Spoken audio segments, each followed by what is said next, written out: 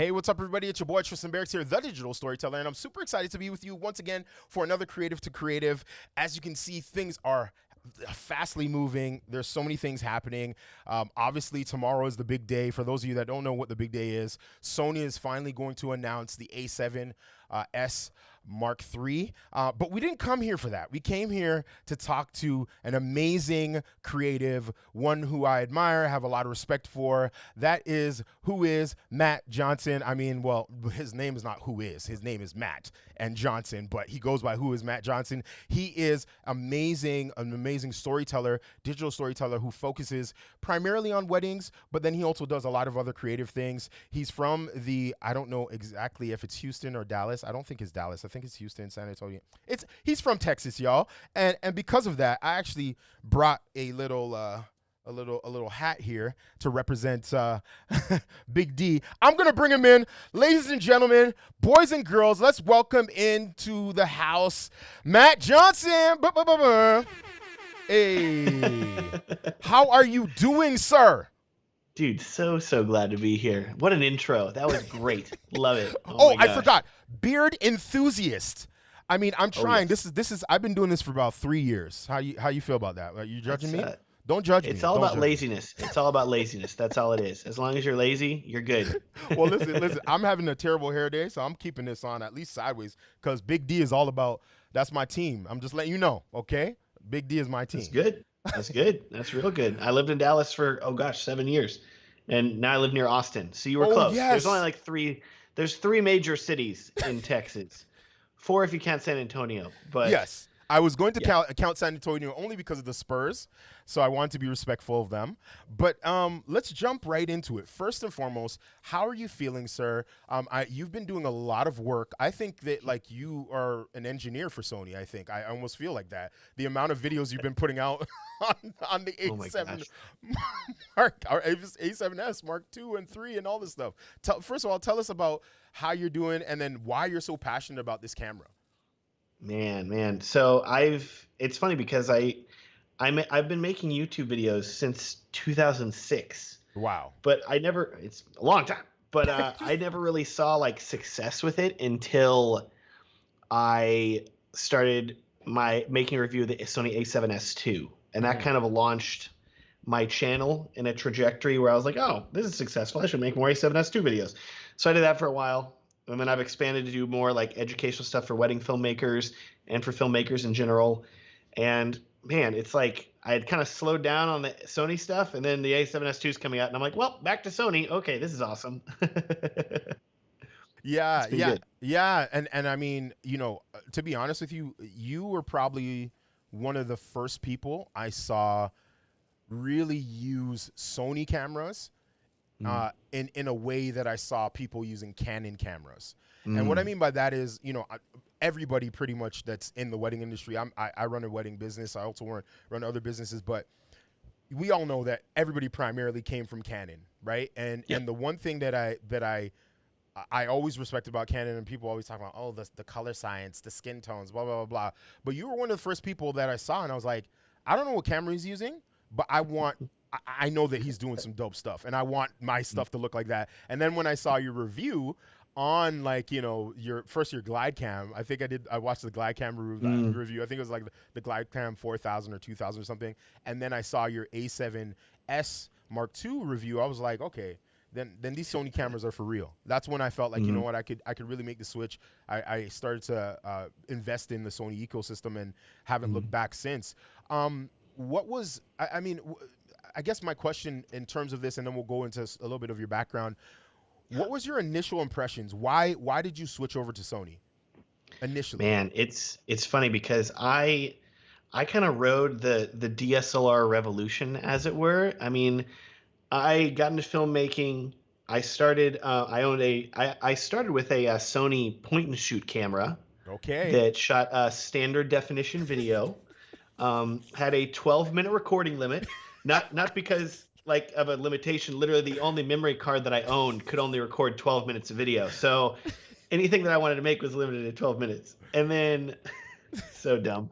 So I used that for a while, like 2 years. Then I upgraded to another Sony camera that was like a handy camcorder. And to Because date here's the this thing. year, Because here's the thing. You wouldn't feel professional unless you didn't unless you had a video camera, right? That shot video a certain camera. yeah. So this was 2007. So this is pre 5D Mark II, Yeah. and I bought a this Sony Handycam that recorded to mini DVDs. So this is pre even like flash drive. SD card is still really expensive.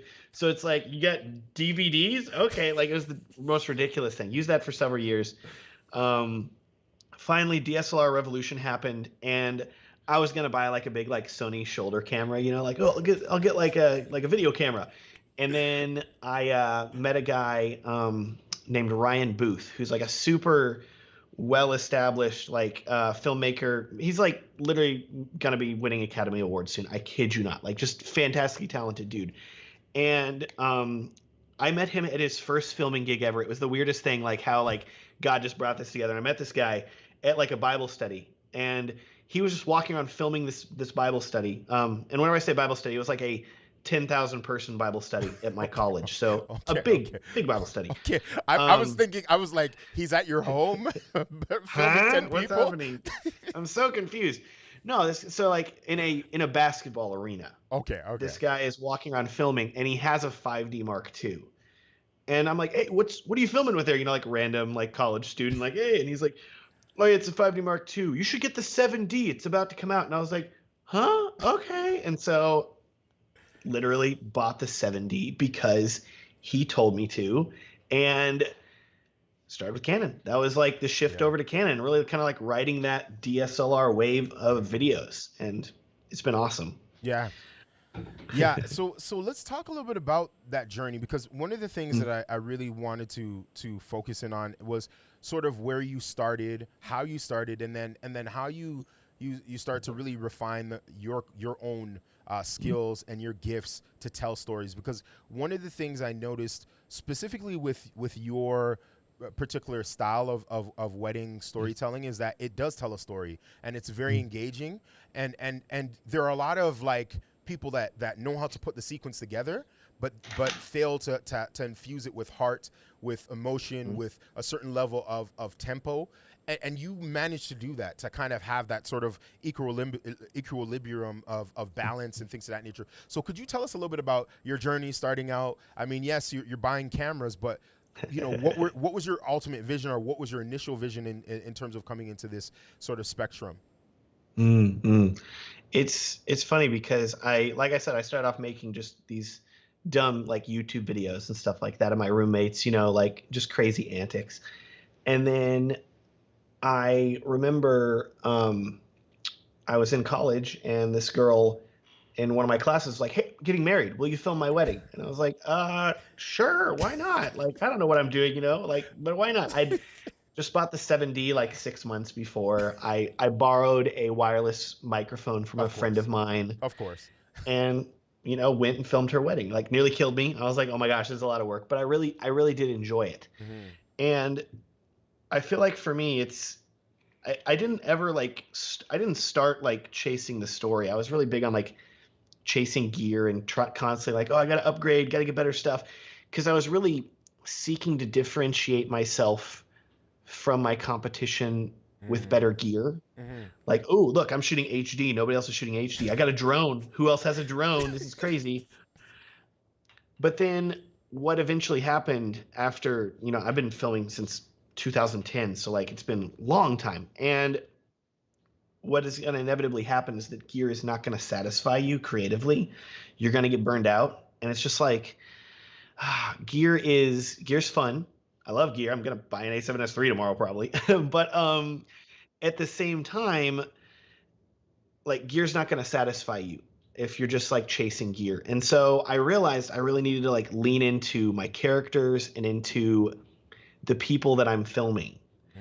And so for me, focusing primarily on weddings, I said, okay, what can I do with weddings to help tell a story? Like, how can I make this about people and not about gear? Took me a long time to learn that. That's powerful. No, that's powerful. It's funny because, you know, I can relate so much to exactly what you said. I remember the first wedding I shot. My dad Well, my dad's been in the wedding industry for over 30 years. He's been a wedding Man. photographer. So yeah, I always say to people, yeah, I've been running my own business for over 10 years, but I've been in the industry for like over 40 years. Because whether it's Mm. been assisting him or just being around the industry, but just in terms of relating to your story, for me it was very similar. It was like at first I need to get all this gear, and then Mm. I got married, and then I Mm. actually got some friends to film my wedding, and then I edited it, which I wouldn't Nice. suggest that to anybody. Don't ever edit your own wedding. Do give it to somebody else because you always take forever to do it. And I gave it to my wife, and the way that she responded to it and how she, like, just the glimmer in her eye, it made me feel like, okay, if I can do that for other couples, like that, whatever that is, okay, I can do this. Mm. But before that, it was kind of like, okay, well, I'm just gonna do weddings because it pays the bills, but I'm gonna do real films later on in life.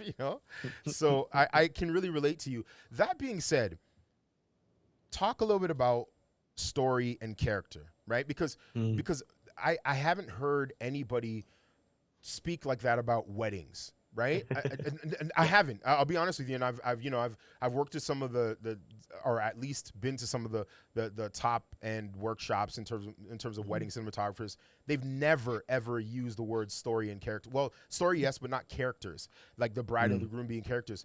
How do you approach that? Why is it so important to kind of use that terminology? Where did you even Mm. kind of come up with that sort of logic? Man, so I'm not the person that came up with any of this sort of stuff. It's like I'm standing on the shoulders of people that I've looked up to for a long time. Dope. There was filmmakers like Still Motion Yep. and Joe Simon Yep. and all these very, very established wedding filmmakers that were making art. It Yeah. wasn't just a documentary of an event, but it was truly art. Yeah. And I said, I want to do that. And so I realized if I'm going to focus on people, Mm. then and if I'm going to think about a wedding as a story, well, how does that work out even like structure wise? Mm. And because people, it's very easy to say like, oh, it's just document the day, just film the day, and then you're done kind of thing. And I feel like a lot of people do that about weddings. Like weddings are kind of the look down upon filmmaking thing. Like, oh, I got to pay Yep. the bills. I'll Yeah. film a wedding or two. And that's how it was for a long time. And I feel like people have elevated it now, so it's better than that to some degree. But Yeah. I still feel like I'm educating couples sometimes. Like, no, I'm not Uncle Joey in the back with the Do, shoulder cam. do I'm not doing one of doing that. these. Doing one of these Yeah, like that's not me. It's not this. Okay, like I know what I'm doing. Come on, it's like it's gonna look like a movie.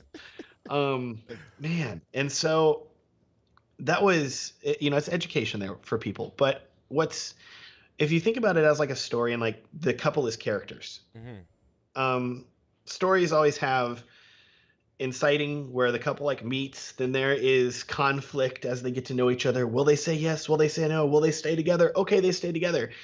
And if you think about the wedding as the climax of their story, like literally it's like the culmination of this entire buildup of like honestly, whenever you think about relationships and like the fact that we like find somebody that we actually like and actually want to marry them, it's pretty darn miraculous It's because fantastic. Yeah. I tell my wife all the time, like, if I had met you like 2 years earlier, it never would have worked out. And she's like, I would have hated you. So, oh my gosh.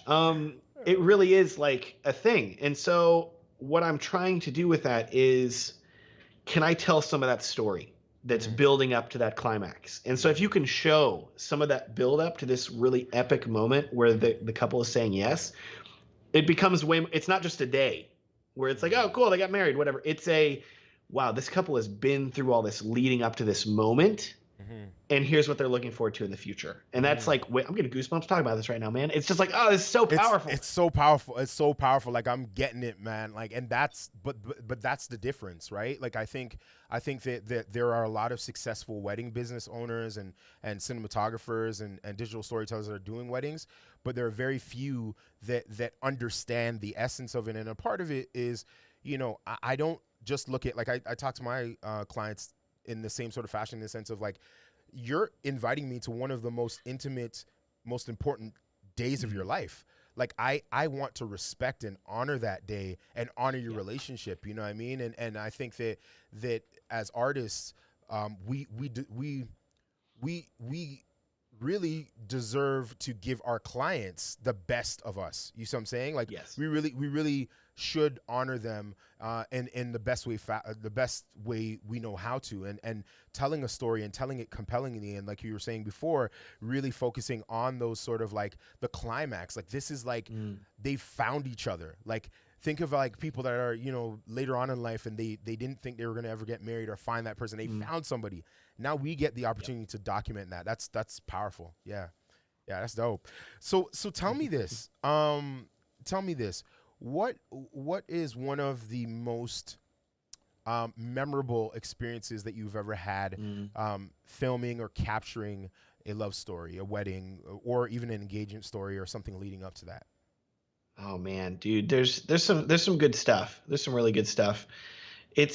I think back, there was this wedding that we filmed back in 2017, and it was, granted, okay, it was a destination wedding in Colorado. So you're already like, ooh, Colorado, pretty. Okay, great. But like more so than that, like this couple was completely open with us and like let us into their relationship and into their family to the point that like we got to know them. The bride had 2 sons going into the marriage, and so we got to like see that relationship and how that played through that whole dynamic with them getting a dad.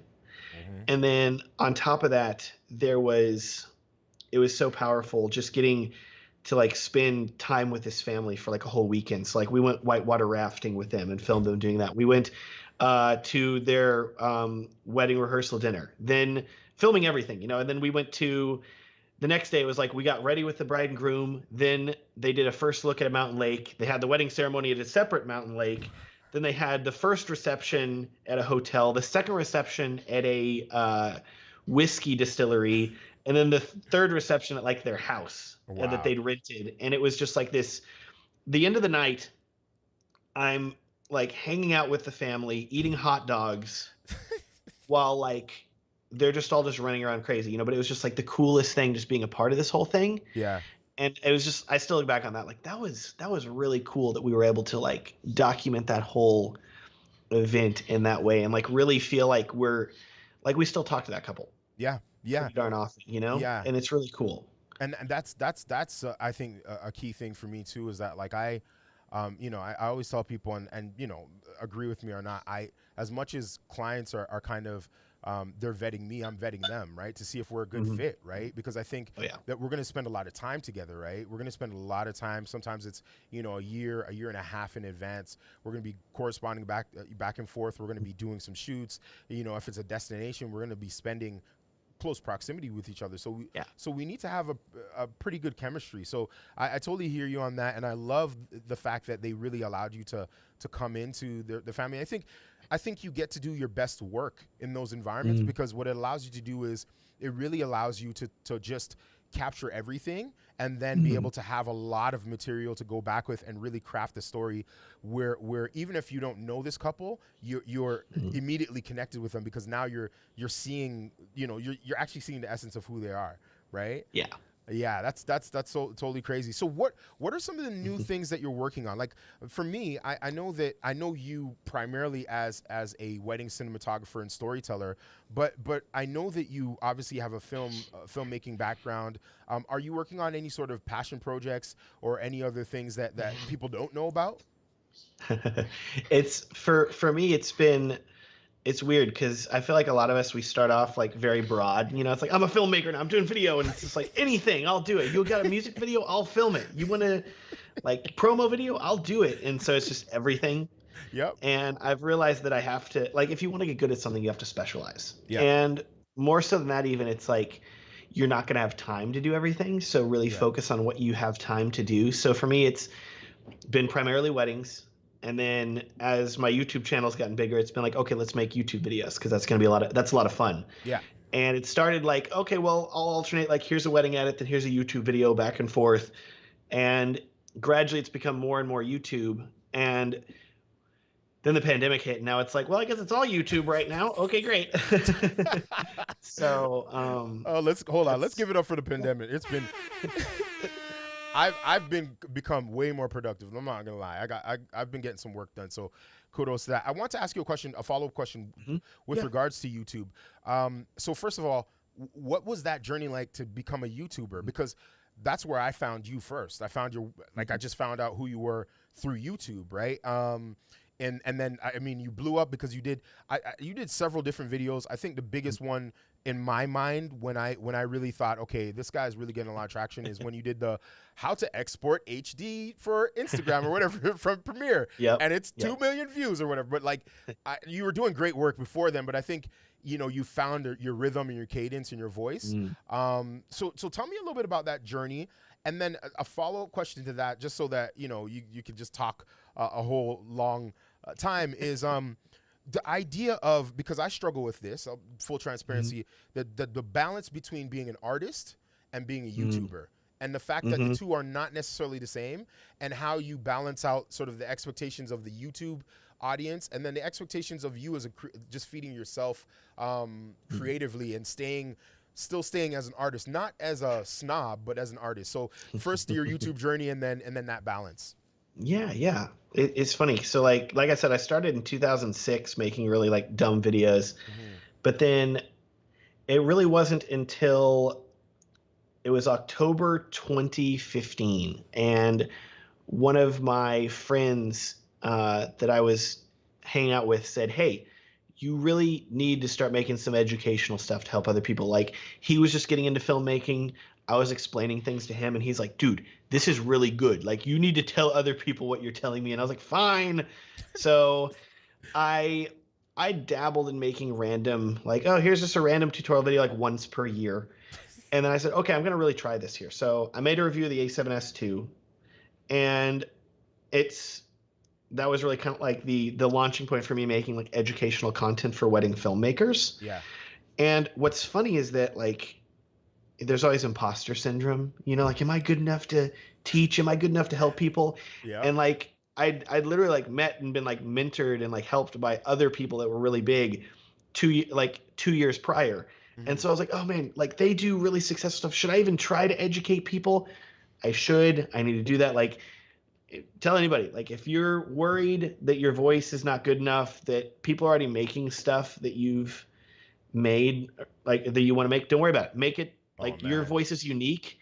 Do that. Please say that again, please, Matt, because honestly, I need to hear that. People that are watching need to hear that. Please just say that one more time, please. I mean, I need to hear it all the time myself, because even now, like, I'll get caught up on like, oh, that person already made that video. Well, like, no, it doesn't matter. Like, even if somebody else has just made the same video, it doesn't matter. Make that video. Like, it doesn't matter. People need to hear your voice, because like people want to hear what you uniquely have to say. And there's so many times that I held off. I'm like, oh, I don't need to make a camera review about that. I don't need to make a video about that because somebody already made a video about it. And then I make that video finally, and it does 10 times better than that person. And I'm like, oh crap, I guess people cared about that video. Okay. Like, listen to your heart and your gut. It's gonna lead you in the direction to find stuff. That's dope. That's dope. And it just, yeah, and I think that it just led from there. Now, obviously with the follow-up question, how do you balance, again, I love the authenticity piece and understanding like your authentic voice and following that and trusting that. I think a lot of that is what I've started to do specifically this year, and I've seen tremendous growth in my channel and in my just the response of people looking at my work and watching my videos, and I'm like, wow, okay, I guess I should just do what I think I want to do. You know what I mean? Yep. But that being said, the other question is just like, how do you deal with that sort of lingering thought in your mind? Like, okay, am I being too much of a YouTuber versus being an artist? Do I need to push my art a little bit more? Talk to me a little bit about that. How does who is Matt deal with that? I think one of the most important things is to make what you're passionate about, and make sure that's something that you're like currently passionate about. Like, I'm passionate about weddings, but there's times where I'm like, I'm tired of filming weddings right now. Like, I've done too many in a row. Yeah. And so for me, like I said, it used to be, okay, I'm going to alternate. Here's a wedding film and here's a YouTube video. And so that way it kept me fresh and I wasn't getting burnt out. And like, weddings were expressing me creatively in one way, and then an educational YouTube video was expressing me in another way. And it worked really well together. Now, with YouTube taking over a bit more, it's more like, okay, what else what else can I do to extend myself, to continue to grow? And so for me, if it isn't a wedding, it's like, well, what else do we have? And for me, it was I was really like nervous because I had this thought to make this like short film, only like a minute and a half long, about this place that's really special to me and my family in Colorado. And specifically, it's really important. Like me and my brother, we grew up going to these cabins in Colorado, and I decided, okay, I want to make a film about our trips to Colorado, about like what that looks like as a family, and had to go to like a really vulnerable place, like doing a voiceover, talking through things, like really expressing like my feelings about brotherhood. Yeah. Yeah. And so that was different than like a wedding. It's different place, which was really cool. And that resulted in a film that I remember showing to my family last Thanksgiving, and like everybody cried. Like the whole room was like, "Oh, it's wonderful," like powerful, so good. Yeah. And then I posted that, and I did like a whole BTS for it and stuff like that. But just posting real stuff that does like take you to a vulnerable place is better than general. Like if you're worried about being like too YouTubery or burnt out, like you have to, like if you get vulnerable, Yeah.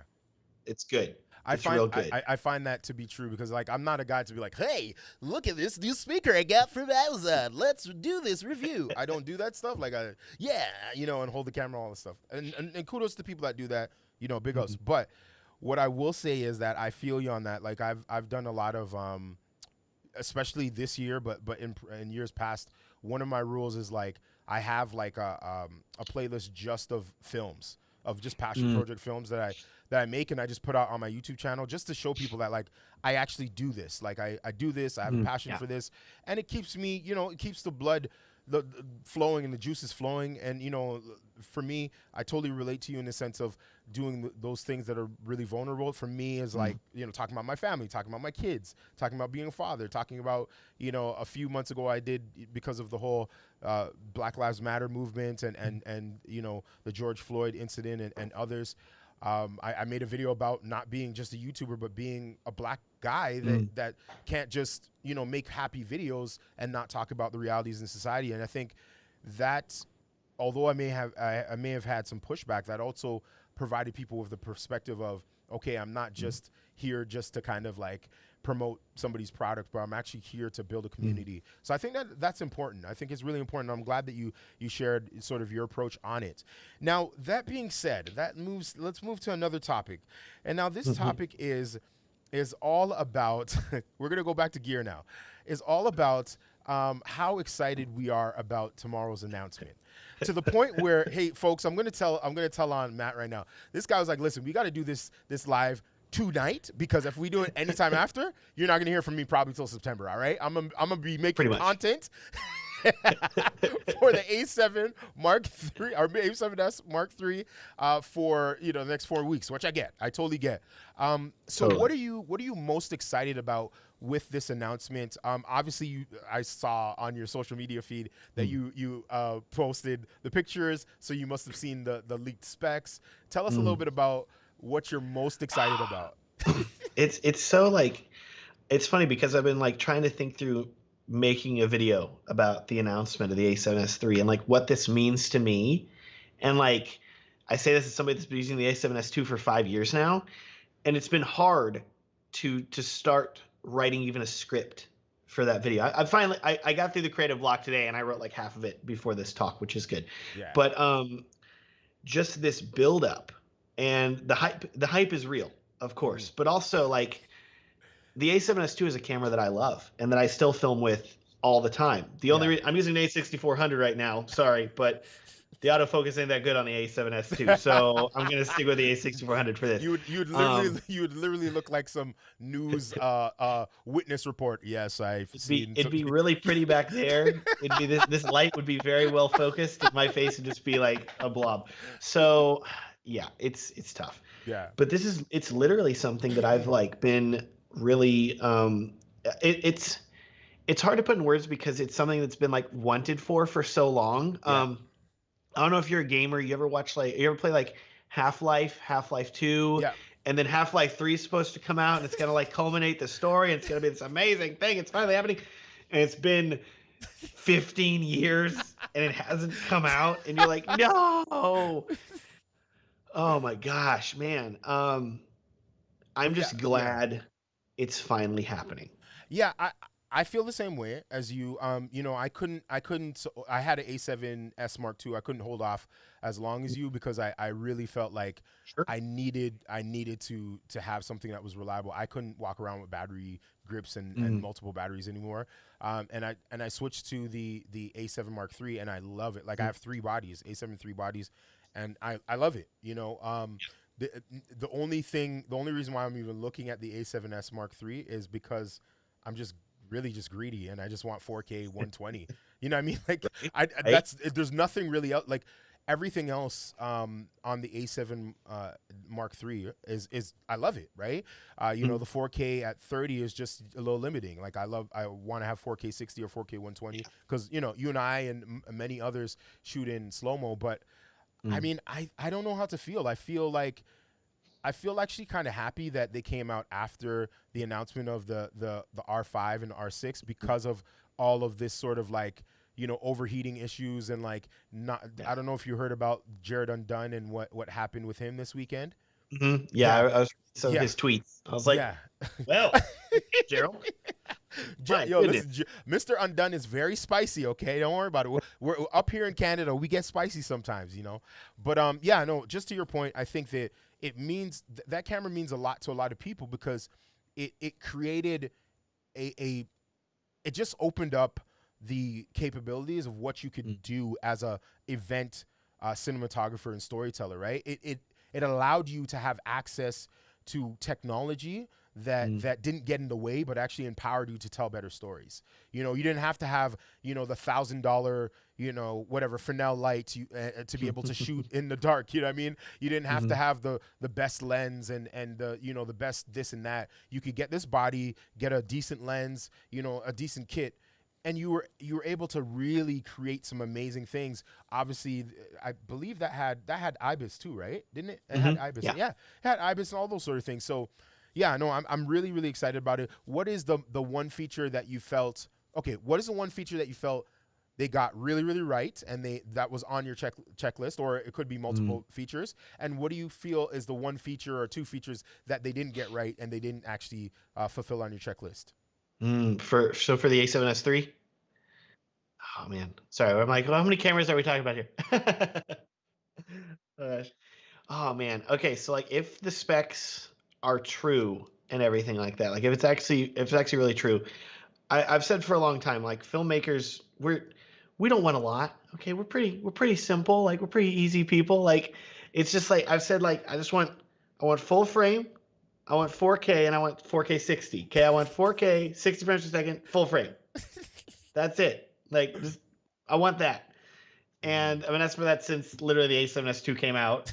And it's funny because like Canon's like, we got it, and they're like, oh, sorry, it might not record for very long like that, but we got it. And so, I'm like, all right, Sony, this is on you. Like, Yeah. please make this happen, Hmm. please.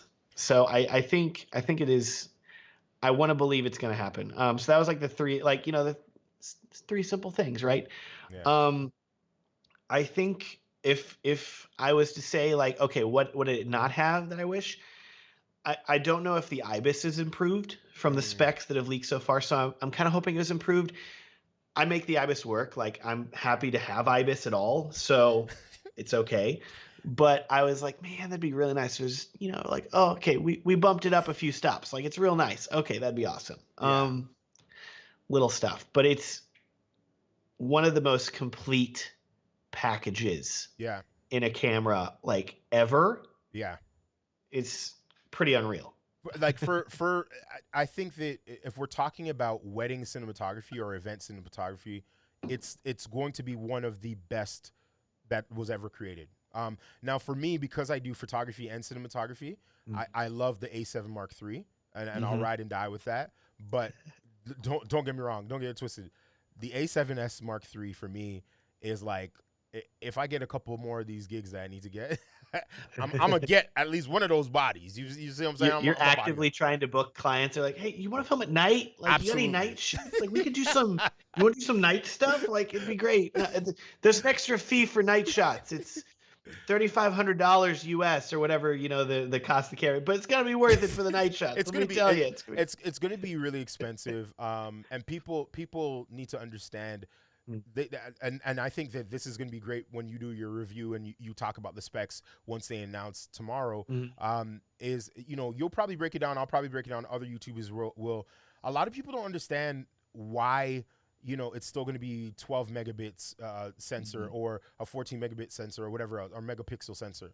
And like people need to understand and kind of do a little bit of research on that, the importance of it in terms of when it comes to low light performance and having larger pixels, right? Being able to suck in that light versus having, a lot of pixel density, but then not having the light sensitivity that you want, right? So or megapixels, I should say. So I think that's going to be an interesting conversation to kind of educate people on, especially people that are just new to everything and think, more megapixels means better image, right? Oh, hello? Uh-oh. You there? You cut off there Wait for for a it to minute. come back. Okay, no, you're good. You're good. There we go. You're cutting back in now. Yeah. You froze for 20 seconds. Oh, I froze? Okay. That's probably, I just couldn't hear you talking, so okay. you're good. Yeah, no. I was just saying, I was just saying basically to the effect of that when it comes to the A7S Mark III, a lot of people are going to be kind of confused why it only has a 12 megapixel sensor. And really comes back to the light sensitivity that you can get from every megapixel being larger versus having a higher, level of megapixels, but having smaller sort of sensitivity on there. So again, you're obviously going to educate people. I will, others will, but it's going to be an interesting conversation in terms of people that have never really, they don't really know the in-depth working of the A7S and why it was designed and how it was designed. So that being said, I want to answer some questions here. So for those of you that are watching, I'm talking to Mr. Matthew or Matt. Should I call you Matt or Matthew? What do you go by better? Usually Matt. He's like, actually call me Matt, the Matt, the Matt Johnson. I'll start going by Matthew once I get older, like really start like, ooh, formal. Wow. So if you have any questions, I'm checking them out right now. Let me check out the first question here. This is from Infinity Media, and the question is, have you done commercial projects? So I'll let you Not nearly as often as I used to. So it's probably been 2 years since I've done a commercial project. It was filming a massive charity golf tournament that was just crazy.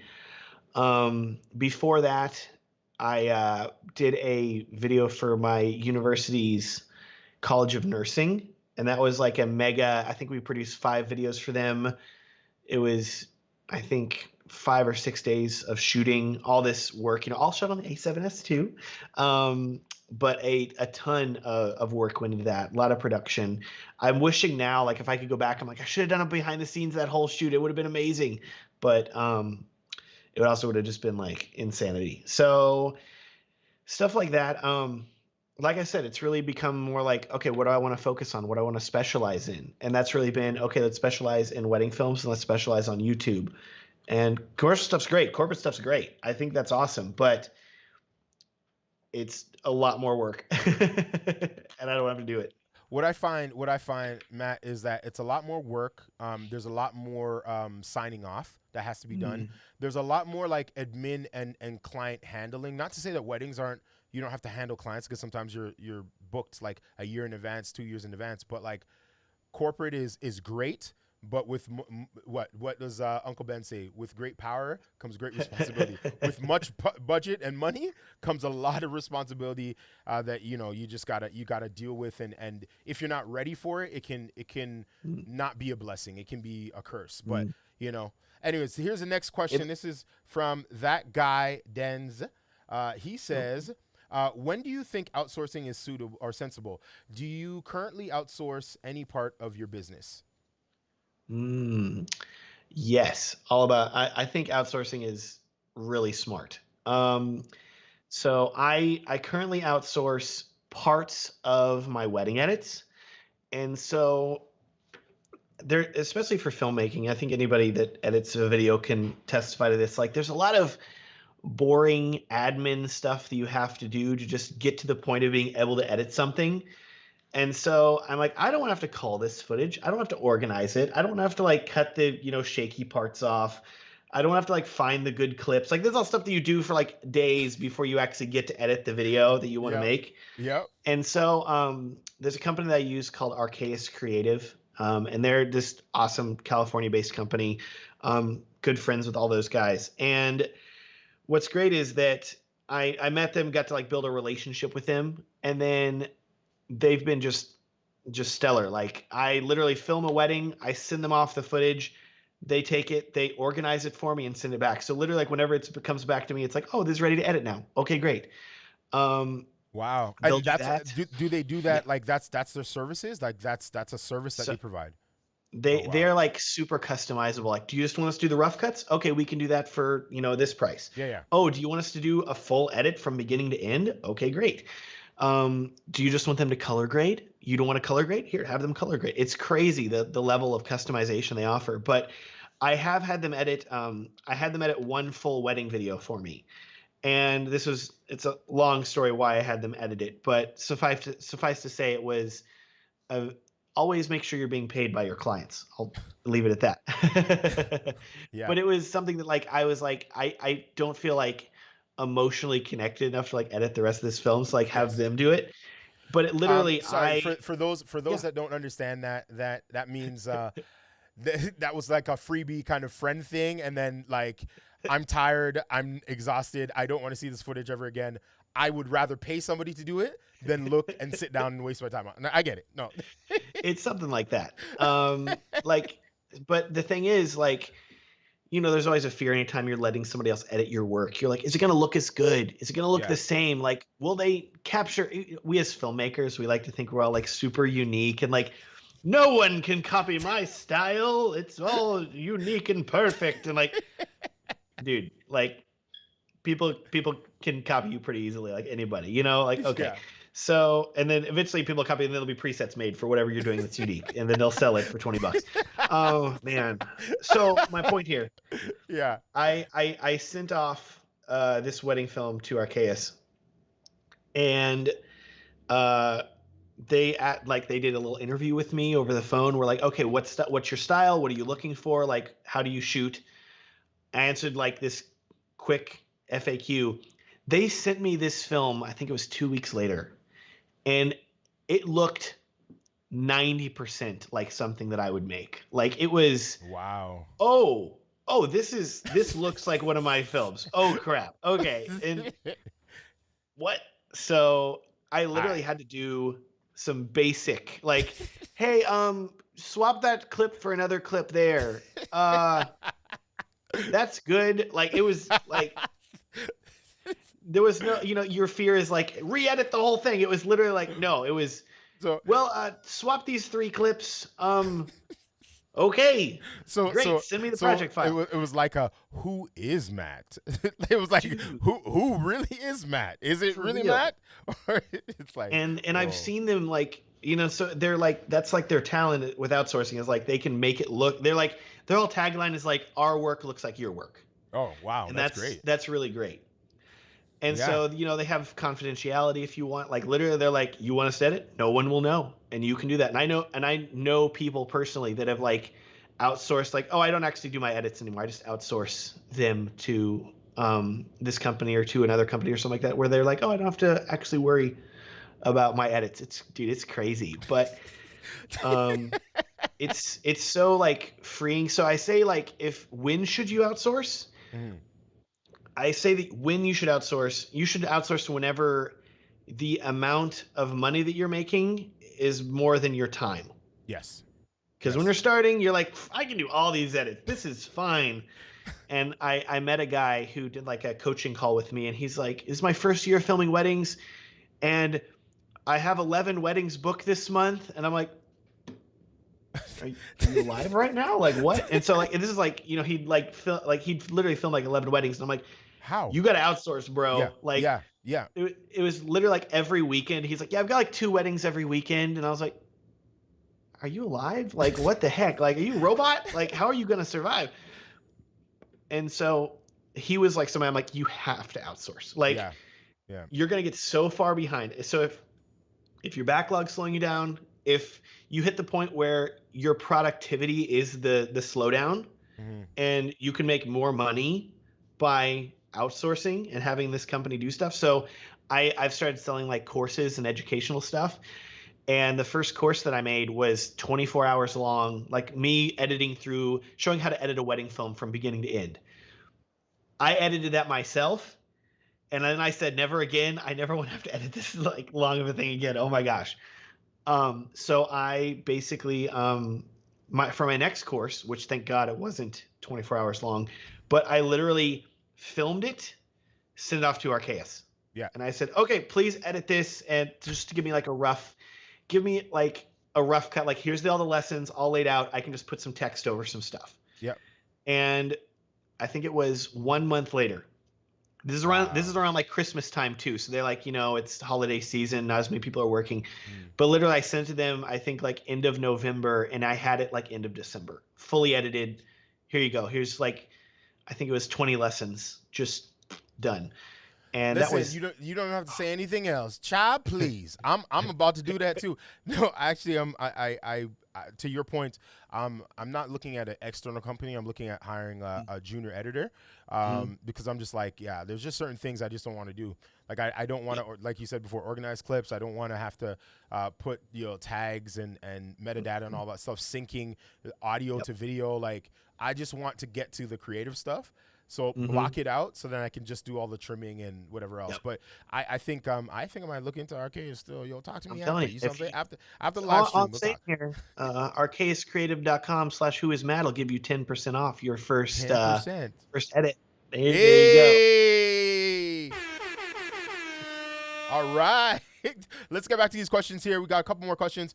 We have a question from Preston. He says, would Matt ever be interested in shooting with the ZCam on a wedding? Hey, if you've seen any of my videos, Matt, which I know you do watch on my YouTube channel, big up to my YouTube channel, but you've seen that I've switched. Well, I haven't switched. I've just acquired some ZCam bodies. So what's your thoughts on ZCam? My friend Hayden Goldsworthy, he's wow, that sounds like a Disney character. Hayden he's got Goldsworthy. A name. Yeah, he's great. He's so great. He has, I think, an E2 and an E2S6. Yeah. And I'm like, this is pretty legit. Okay. Like if I wasn't like in love with the A7S III, which I think is like gonna be the magic, my gosh. Like, dude, it's just these smaller companies coming up out of almost nowhere. And so it's like, hey, do you want this awesome camera? It's like a red, but cheaper. And you're like, yeah, I'll take that. Thank you. Exactly. I thought when I first heard about ZCam, I was like, I don't know about it. And I bought the E2 in November because we have this giant photo video conference by a local Canadian company by the name of VizTech, who does a conference it's like our version of what they do in Vegas, like the NAB. NAB. So it's our version, right? And I met Kinzo and met all the guys that were part of the team. Bought the E2. It kind of sat down and collected dust for a bit because I just didn't know what to do with it. And then when I brought it out to like a friend's shoot, a friend just wanted me to shoot stuff, and that's always the time to test out cameras. It's like when a friend's like, "Hey, can you do me a favor? Can you just film this?" Hey, sure. Yeah, bro, of course. Bring this brand new camera, don't know what to do with it. And I shot and I filmed in like really, really low lighting, 4K 60, and I was like, there's no way this footage is gonna be good. And bro, I brought it into Final Cut. I did some correction on it. I said, whoa. Then the next day we had a really hard snowstorm, and I figured out how to get 120 frames per second and 4K, and I shot the snowflakes, the heavy snowflakes, and I said, whoa, there's something here. So Yep. I've been kind of rocking with them and learning more stuff, acquiring accessories because it takes a little bit to build the kit up. And then when Hmm. I saw them drop the price of the S6, I was like, okay, listen, FS5, bye bye, good night, Yep. Irene. I'm getting this S6, and the Hmm. S6 has been incredible. It's been the best camera I've ever Hmm. used. So I mean, and I'm excited. I hope that some of the bigger manufacturers actually take some cues from little manufacturers like Hmm. Kinific or Kinefly or ZCam and others, because again, Sony, the A9, the FS9 is great, but like they need to Hmm. have a follow up to the FS5. Like if they Yep. did something that was like even relatively close to the S6 or the F6, they would sweep up so many people out of the market. I'm But I telling you, think I don't know. rumors saying an FX6 may be on the horizon here. Okay, Ooh, I don't know. At some point, let me man. see. Let me check this other question out here. All right, so Dylan Dillo says, "Great conversation. Question to you both, as filmmakers: how many cameras are too many cameras? How many cameras are too many? I'll give you the this question first, and then I'll talk about my camera love affair. Oh my gosh, it's funny, right? I've hit the point where my wife is now like, if you're gonna buy something, you have to sell something, which has worked pretty well. Um, and Yep. so that's helped. That's helped out a lot. It's I mean, I've been pretty loyal to Sony, which is helpful, but at the Yeah. same time, like there's other stuff. I'm like, oh man, I should get a Panasonic. I should get an S1H. That'd be great. Like, it's so easy to be like, oh, let me get that. The Yeah. thing that has kept me from it is I film weddings with my wife. She's sitting right over here. She's watching. What are you watching? Nashville, I think. Anyways, Hi, wife. she's got her headphones on. Okay, She okay. she doesn't know. It's great. But like she's my second shooter. So it's not only Matt has to buy a new camera, Matt has to Yeah. buy two new cameras, And then and teach he the also wife. has to teach his wife how to use it. And she's pretty adamant about not wanting to switch Yeah. camera manufacturers. I started training her on a Canon 7D, and then I bought a second A7S II, and that's what she shoots on Okay. now. And so my hope is A7S III comes out. It's awesome. I can customize all the buttons the exact same and be like, here, just shoot with me. I love you. It's the same thing. It's just better. Okay, and then I don't have to worry. Yeah. That's the hope. So Anyways, so we'll you see. still didn't answer the question. How many cameras Oh, are too many cameras? there's no such thing as too many cameras, okay? Because I don't have the issue with cameras, but I have the issue with drones, where I own like a Phantom 2, a Phantom 4, a Mavic Inspire 2. one. I didn't do Inspire, thank God. Oh my gosh, that would have been some next level ridiculously. But I own like at my peak, I think I own like 4 or 5 drones, and then But they're sold all off so great. some. They're so great. You know what? I started out with the Phantom 4. That's our Phantom 3. Phantom 4 or Phantom 3? Phantom 3. And that was One of my those favorite. Phantoms. The first one with the 4K camera that they Yep, built. And I Phantom loved 3. it. Yeah. Yeah. I kept it for a long time, and then I was traveling a lot more, or not traveling a lot more. I got gusto, and I got a good deal on an Inspire Mhm. One, which was like going to be like I think $1,500 at the time. So I bought it. Yeah. So I bought the Inspire One, sold my Phantom 3, which is a big mistake because the Inspire One is great. It's a lot of control. You can film in a hailstorm, but it's super hella large. You can't bring it anywhere, right? It is. It's a flying lawnmower, dude. Like there is. You Yeah. start like. I love the Mavic. I show up, nobody even knows I've taken off. Like here, just getting sauce. I've brought an Inspire to weddings before, like second shooter bringing Inspire, and it's like, like in every wedding guest, it's like, what's that over No, there? A you know what it helicopter? is? You're like, oh, please don't What pay what attention to what this. what scares me is the whole like and you know what I mean, the arms are coming and you're like, oh my god, it's aliens, like what's going Yeah. on? Yeah, no. I'm overdue because I have a Mavic Pro 1, and I've been looking at the Hmm. Mavic Pro 2, but then I was like, I want the 4K 60, so I was looking at the Hmm. Phantom 4, but the Phantom 4 Pro has been like $2,000 Canadian, $2,500 Yeah. Canadian for like 4 years or 3 years. I'm like, guys, when is it gonna drop down to like $1,500 or something, right? Anyways, It's because they haven't built a new one. Like they've basically yeah, canceled it, and they're gonna replace it with the Mavic 3 at some point. But yeah, I say this as somebody that owned a Phantom 4 Pro. The 4K 60 on it is not that good, and you Oh could yeah. definitely see like some artifacts and stuff. Okay. In it didn't look as Phantom 4 Pro 30 or 24 FPS looks amazing. Yeah. Yeah. Once you bring it to 30, that data rate's getting it's compressing a bit too much to hit that point. Personally, Yeah. just from what I noticed, I'm like, What no, what, I'm what good. about what would you say about the Mavic Pro 2?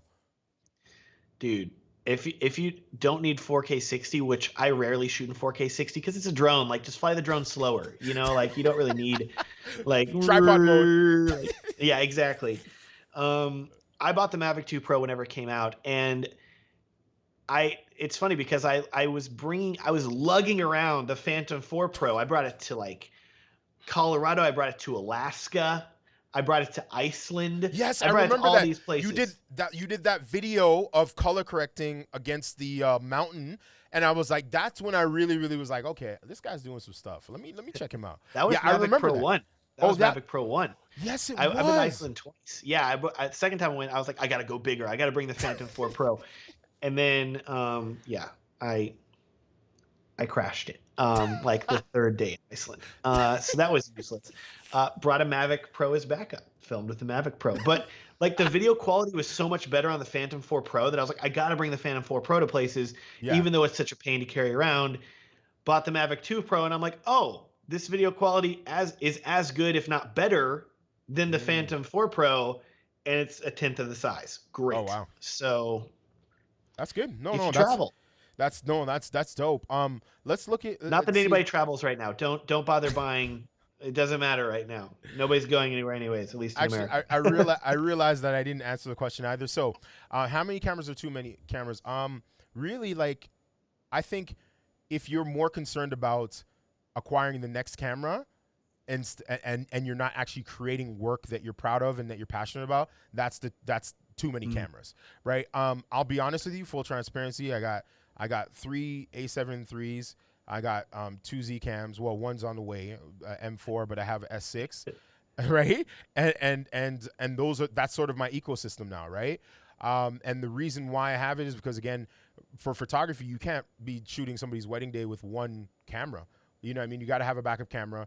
And then I also do a lot of traveling. And when I travel, I don't always like bringing the same cameras that I have here. So I have some with friends, and I just pick it up from them when need be. But yeah, I think I have my sort of everyday event cinematography, creative work, YouTubing work, photography work, cameras, which is my Sonys and my Sony bodies. I love that ecosystem. And then I have my cinema cameras, which are the ZCams now. And that's what I'm kind of going to be doing, my narrative work, my documentary work, some of my sort of like film festival worthy submission stuff. So, you know, all in all, I have about 5 cameras, and it seems So like 5. That's the answer. 5 is too many, or not just right. Don't do Yes. more than 5, and you'll be fine. Don't do more than 5. But fun fact, I do have 2 here with me because I want to do overhead shots when I'm teaching and training and recording, as well as just second angles of me looking, you know, and looking back. But let's check if there's any other questions before we wrap up, because I do want to be respectful of your time. What does Adrian say? Adrian says gear acquisition syndrome. Yep. Every creative problem. Everybody's got gas. Yeah, everybody got gas. Man, is there any question that you want to ask me at all, sir? Matthew, Sir Matt. I mean, you answered my ZCam questions and all, and like everything I'm thinking about that. I'm like, oh man, now I gotta get a ZCam. Yeah, okay. I'll be honest with you. I think ZCam is a legitimate camera manufacturer. Okay, the big thing for me when I look at any sort of camera I'm going to invest in is how easy is the ecosystem to jump into. How responsive is the brand to suggestions, to their clientele, all that sort of stuff, and what's the ease of use, and what's the quality, what's the end quality versus the amount of investment I make. And ZCam checks all those boxes. If you're Good. in the ZCam Facebook group, you're like almost every month they're coming up with updates. They just came out with their raw ProRes raw update in July. They're coming out with new updates to do better things in terms of like picture profiles, et cetera, et cetera. And just a better workflow in terms of how things are laid out, working with the Ninja 5. You have internal ProRes. You have, 4.2. What is it? What is it? H.264, H.265. You got 6K. You got 8K. You got all of those sort of options. High frame rates. I don't want to be a salesperson for it, but like when I was looking at it, I was just like, well, what else could give me for the price point of, let's say, $4 or $5 grand? What else could give me the experience of the FS5 Mark II with the high frame rates and all that sort of stuff within the price range I was willing to spend? And the ZCam was the only one to do it. And the form factor, it's a block. I can make it into whatever I want. Whereas the Blackmagic is great, but I can't fit it in my pocket, and it's just a weird camera to hold, right? Yep. So I don't know if you gotta have get any bigger thoughts on that. pockets. I think that's the main thing. You big enough pockets, you can fit any camera inside. It's okay. No, oh man, it's funny because I feel like Red was this camera company that's like, we're making movies, but they're always like, we're gonna make cheaper stuff. Okay, well the Red one's 20K. Okay, well the Epic's actually 50K, but don't worry, we're gonna get cheaper. We'll release the Scarlet. It'll be $3,000, and then it was like, okay, it's got to be $10,000. And so finally see for the brain, yes, by the way. Yes. So you finally see companies come in like ZCam, who are like young, hungry, like, we can make this camera, we'll sell it for less than $5 grand, like people want. We're going to aggressively update it and upgrade it constantly. And that's like, what Red does, but Red takes 3 times longer to do anything. And it's like, oh, the update's coming. Okay, sorry, it's kind of buggy. It's fine. No hate on Red there. I think they've done amazing things for the film industry, but like for the smaller filmmaker that doesn't want to take out a car loan to buy a camera, suddenly like ZCam's looking quite appealing here. Very appealing. That's good. And I think to your point, Red, that one of the main reasons why I didn't go to Red was, number one, I didn't believe that I had to spend $20,000 in order to be a filmmaker. Okay. And in order to be looked at as a filmmaker and as a creative that had a voice and a story to tell. But then number two, I was like, $20,000, like if I got a business loan tomorrow for $40,000, that's half of that money just for the body, right? We're not talking about storage yet. We're not talking about a computer that can process it yet. We're not talking about lenses. We're not talking about adapters. We're not talking about V-mount batteries or a screen that's another $1,000. So, when you look at it, it's like an investment of $30K. And like now that's going to require me now to go into a industry that I don't necessarily want to go into necessarily in terms of like commercial cinematography, film and television cinematography, because now that's 12, 15, 16-hour days. I have a young family. I have a wife and kids. I want to actually live. You know what I mean? Yeah. So it's just you have to, as a creative, you have to see things before they happen and really go with the ecosystem that speaks to you. So if Panasonic speaks to you, that's great. If Fuji or Sony or Canon speaks to you, that's great. But don't die on a hill because somebody told you to invest in this, but it doesn't actually suit your needs. There's so many cameras now. Like, there's so many good cameras. Back, 10 years ago, it was like, well, I guess I'll shoot on Canon. And now it's literally like, what do you want? Like, pick any of the camera manufacturers and you're going to find something that's pretty good. That's going to make something great. Yeah. So that's what I agree with you. I couldn't agree with you more. Like just buy something and just shoot. Like that was my whole, that was what my whole challenge was this month, was just shoot something. 30-day challenge, just pick up your camera and just shoot something.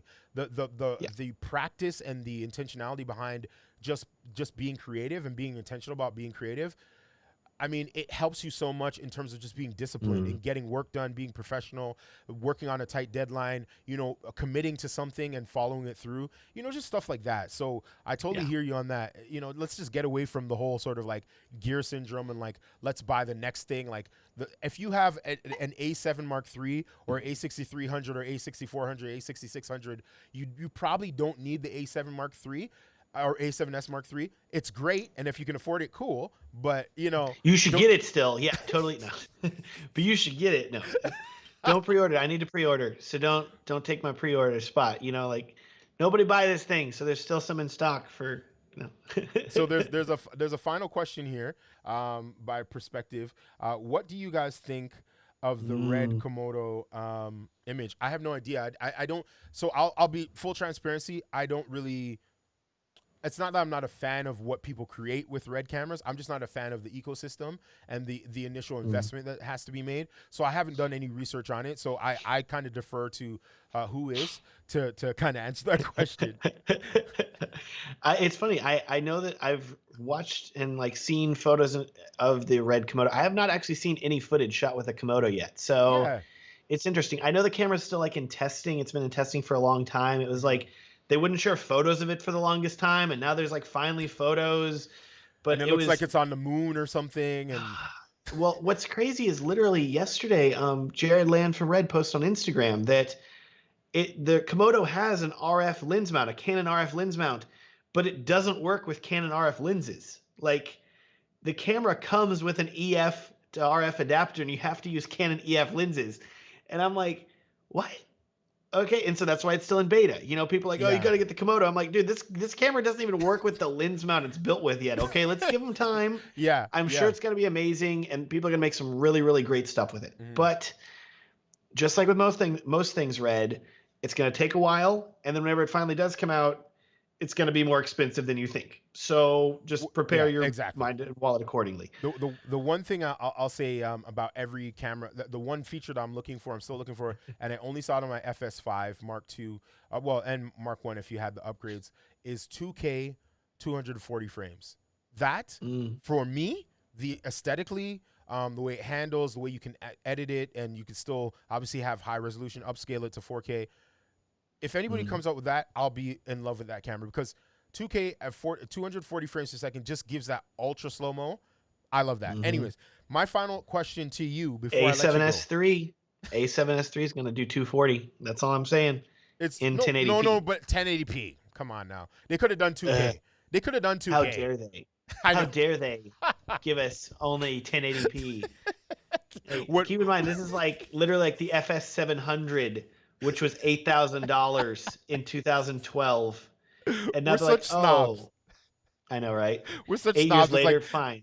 I saw somebody post today. They were like, "Oh, the A7, the leaked specs for the A7S Mark III. They're like, oh, I want 400 megabits per second. How come they only have 200? What? Somebody typed in the chat. They said, Netflix only requires you to record in 240 megabits. Why do you need 400 megabits per second? Like, it's just it's weird. yeah. But this is my final question for you before I let you Yes. go, and that is, what is that light? Oh my gosh. It's I should at this point here. I literally whenever I made that A7S II video 2015, I'm like, crap, I need like something in the background that looks good. And I had this light and I just like threw it up in the background. Um I can tell you that it is from IKEA. If you search like Medusa lamp, it comes up. But they do not make this specific light anymore, I don't think. They make like a smaller desktop version, little table lamp. They don't make this. It's like a tall one. I have two actually. I have one in like my office and one like in my filming room. So like I don't have to move them around, which is great. But I literally bought them. Hold on, let me jump in here. So what you're saying is, sometimes when we see you in different places, it's actually two different lights. You will see if you count. There are a Mind different blown. amount of light bulbs in each lamp to give a different look. Oh, it's so ridiculous. My Oh my mind is gosh. completely blown. Well, listen, Matt, man, I just want to say I appreciate you. I respect you. I don't just respect you as a creative, but I will say this, and I'll say this publicly. I respect you as a person, as an individual, as a father, as a creative, Thanks, man. as a man of faith. I think that I really um, admire and can relate to sort of the way you express your faith, the way that you express your creativity, and the way that you treat people. I don't know how we connected, how our paths crossed, But man, it's been an adventure, and we've always checked in with each other, always laughed, and you've always given great vibes. And I just want to say thank you so much. You've been gracious enough to come to, you know, this little young YouTuber's channel. You know, I'm trying to get to scratch and claw to 3,000 subscribers, but man, I just really appreciate you, and I just want to say God bless, and I hope for even more blessings and more success in your life, in your family's life, with your family growing and your business growing, and just keep on killing it, man. Dude, thank you so much. Same for you. That's so great. Man. Thank you. No problem, man. All right. So everybody else that is still watching, thank you so much for watching.